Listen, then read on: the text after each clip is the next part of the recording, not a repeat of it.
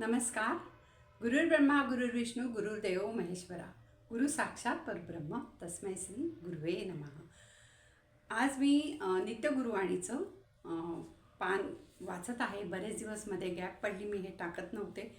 तर प्रथम मी माझे जे गुरु आहेत परमपूज्य रामकृष्ण सरस्वती क्षीरसागर स्वामी महाराज यांना वंदन करते आणि नित्यगुरुवाणीचं पुढचं पान वाचते.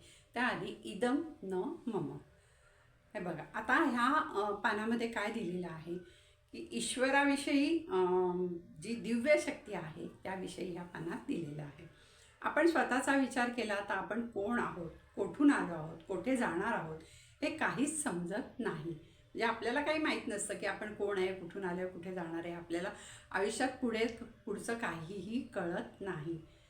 मीचे अस्तित्व केवळ ईश्वरी मायेतच आहे. म्हणजे नेहमी आपण म्हणतो मी हे केलं, मी ते केलं, मी मी मी मी जे असतं ते हे ईश्वरी माया आहे. त्या मायेतच ईश्वरी मायेतच आहे ते अस्तित्व. या मीला नाहीसे करणारे रसायन अद्याप तरी विज्ञानात आलेले नाही. म्हणजे हा जो मीपणा आहे त्याला हे नाहीसे करणारं जे ज्ञान आहे, विज्ञान आहे, ते अजून रसायन आहे ते विज्ञानात आलेलं नाही. तसेच ह्या शरीरात मीचे ठिकाण दाखवणारा प्रयोगही अजून विज्ञानाने केला नाही. या ठिकाणी विज्ञान अपुरे पडते. हा मी म्हणजे हे सिद्ध करण्यासाठी विज्ञान अपुरे पडते. हा मी संपणार कसा? तर तो संपविण्यासाठी आधी मन निर्विकार झाले पाहिजे व हे मन निर्विकार करण्याचे काम फक्त भगवंतच करू शकतो. म्हणजे हा मीपणा संपवण्यासाठी मन आपले निर्विकार झाले पाहिजे आणि हे निर्विकार मन संपवण्याचं काम फक्त आणि फक्त ईश्वर करू शकतो. जोपर्यंत मानवी मनावर ह्या मीचा पडदा आहे तोपर्यंत त्याला सर्वव्यापी ईश्वराचे अस्तित्व समजणं शक्य नाही. म्हणजे हा मीपणाचा जो पडदा आहे हा गेल्याशिवाय त्याला ईश्वराचे अस्तित्व समजणं अशक्य आहे किंवा समजणं शक्य नाही. ही जी अदृश्य अशी दिव्य शक्ती आहे ती सगळीकडे सतत कार्यरत असते. म्हणजे ईश्वराची शक्ती अदृश्य आणि दिव्य रूप आहे आणि ही शक्ती सगळीकडे कार्यरत असते. शरीरात जी तेजोमय चैतन्यमय शक्ती आहे ती शक्ती म्हणजेच ईश्वर होय. आपल्या शरीरात जो आपला आत्मा आहे आणि ईश्वर हे आहे, आत्मा आहे, आणि जी तेजोमय चैतन्यमय शक्ती आहे म्हणजे एक शक्ती असते आपल्या ह्याच्यात, तर ती शक्ती म्हणजेच ईश्वर आहे. ती शक्ती म्हणजेच ईश्वर होय. निसर्गातून ती आली आणि पुन्हा निसर्गात विलीन झाली. ह्याचाच अर्थ जन्म आणि मृत्यू होय. म्हणजे ही जी शक्ती असते ती निसर्गातून येते आणि निसर्गातच विलीन होते. ह्याचाच अर्थ जन्म आणि मृत्यू.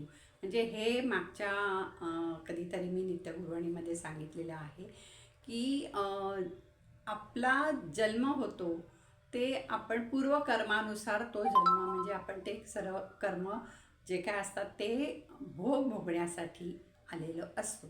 तसंच हे शरीर आहे हे नश्वर आहे, पण जो आत्मा आहे तो अमर आहे. म्हणजे असे कितीतरी जन्म होतात आपले आणि ही जी शक्ती आहे ही शक्ती निसर्गातून येते, निसर्गात विलीन होते आणि तुम्हाला म्हणजे कळत नाही. म्हणजे आपण म्हणतो माणूस गेला म्हणजे माणसाचं शरीर जातं, म्हणजे शरीर नष्ट होतं, पण जो आत्मा आहे तो अमर आहे. त्यामुळे आत्मा कधी मरत नाही.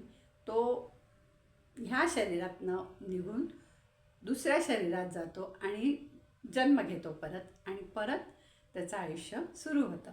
असे किती जन्म आहेत ते आपल्याला कळत नाही. असे कितीतरी हजारो आपले हे म्हणजे हे असतात, जन्म असतात. आणि जेव्हा तुमचं पुण्य खूप होतं आणि मग तुम्ही मोक्षपदाला पोचता तेव्हा तुम्हाला पुढचा जन्म मिळत नाही. त्यामुळे आज जरी माणूस गेला तरी तो त्याचा परत पुनर्जन्म हा असतो. पुनर्जन्म म्हणण्यापेक्षा तो दुसऱ्या शरीरात जातो आत्मा आणि परत ह्या जन्म मरणाच्या फेऱ्यामध्ये भोग भोगायला तो येतो. हे आधीच्या जन्माचं जे असतं आपलं, म्हणजे ह्या जन्मात म्हणून म्हणतो आपण की ह्या जन्मात तुम्हाला शक्य होईल तितकं तुम्ही अध्यात्म देवाचं हे करा, चांगले वागा, दुसऱ्याला दुखवू नका, दुसऱ्याचं वाईट करू नका आणि शक्यतो ईश्वराचे नियम मोडू नका. आणि हे असं केल्याने तुम्ही हळूहळू तुमचा साचा पुण्याकडे होत जातो आणि मग तुम्ही मोक्षपदाला हळूहळू जाऊ शकता. आणि जर तुम्हाला पुढचा जन्म मिळाला तर तो त्या जन्मात तुम्हाला असे भोग भोगावे लागत नाहीत.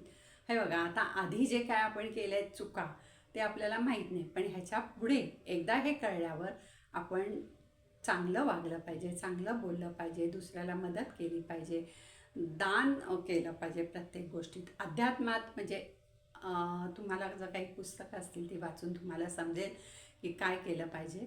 तर हे सगळं केल्याने आपलं हळूहळू जे पाप आहे ते हळूहळू कमी होतं, पुण्याचा संचय वाढायला लागतो. आणि असा पुण्याचा संचय वाढला ना की माणसाला पुनर्जन्म जो मिळतो तो खूप चांगला मिळतो. आता बरेच लोक असं म्हणतात, आता काय माहिती पुढचा जन्म मिळणार आहे, काय मिळणार आहे, कसा मिळणार आहे, कोणाचा मिळणार आहे. पण असं नाही आहे. हे तुम्ही सगळं ह्या जन्मात तुम्हाला जर समजते तर तुम्ही ते म्हणजे जे अध्यात्मात सांगितलेलं आहे, सद्गुरूंनी सांगितलेलं आहे ते तुम्ही केलं तर तुम्हाला तुमचा पुण्याचा संचय निश्चित वाढतो.